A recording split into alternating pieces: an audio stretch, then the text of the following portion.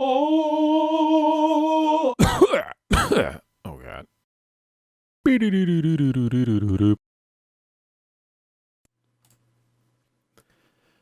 Hello, ladies and gentlemen. Gabestay here. This is the normal healer guide for Spoils of Pandaria. And this video should assist any healer players with the basics for this encounter to help you get through the fight comfortably. So let's get started. Now, the crates are the basic mechanic of this fight.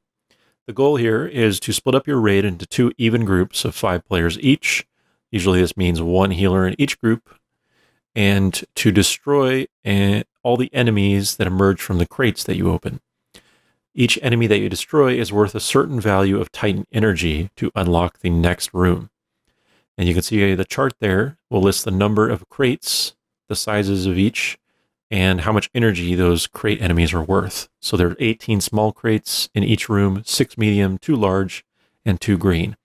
And then smalls are worth 1 energy, mediums 3, large 14, and so on. So with the goal of unleashing 50 energy, you have about 14 energy that you have to work with, so you can decide kind of what order you want to do crates in, which enemies are the easiest to deal with, and all that stuff. We'll get into that in a moment. Now, there are 2 different types of rooms, Mogu and Mantid. So healing the Mantid room, there's a few things you should pay attention to especially. First, the small crates will sometimes spawn stone Mogu, and these will use hardened flesh on players, which is a stacking magic debuff that basically does damage every second and slows the player's movement for every stack. So after 3 or more stacks, the player will virtually be immobile. So it's a good idea to watch that stack and try to dispel it frequently so that it doesn't get too high and players can avoid stuff on the ground. The other thing to watch for that's kind of dangerous in the Mogu room is the large spawns from the large crates, which are sort of council or lieutenant members. You can see Zhu Yin there is one of them. These guys will cast an area of effect that does 150,000 damage to everyone in the room pretty frequently. In addition to that, they'll use a heavy attack on the tank that increases in damage for every stone statue that is active.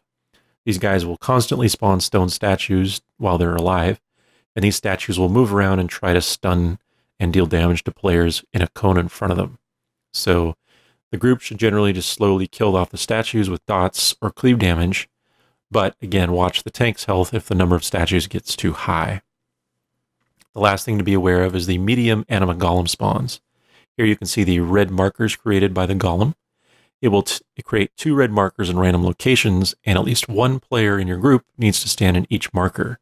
Upon doing so, they will be transported to the other location and take no damage.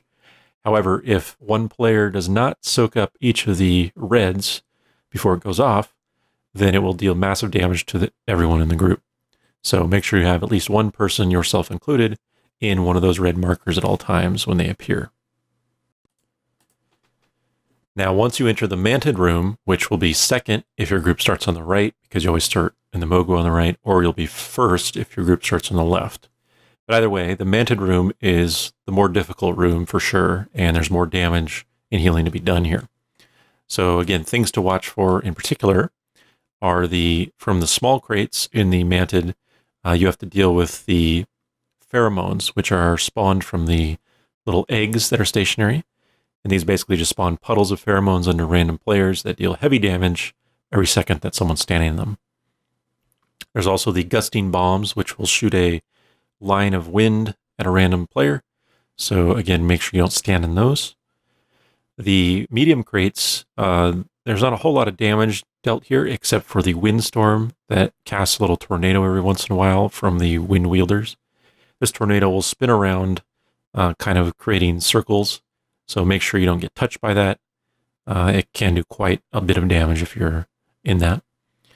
And the large guys, which you see here as a commander, are the main thing to deal with in the Mantid room.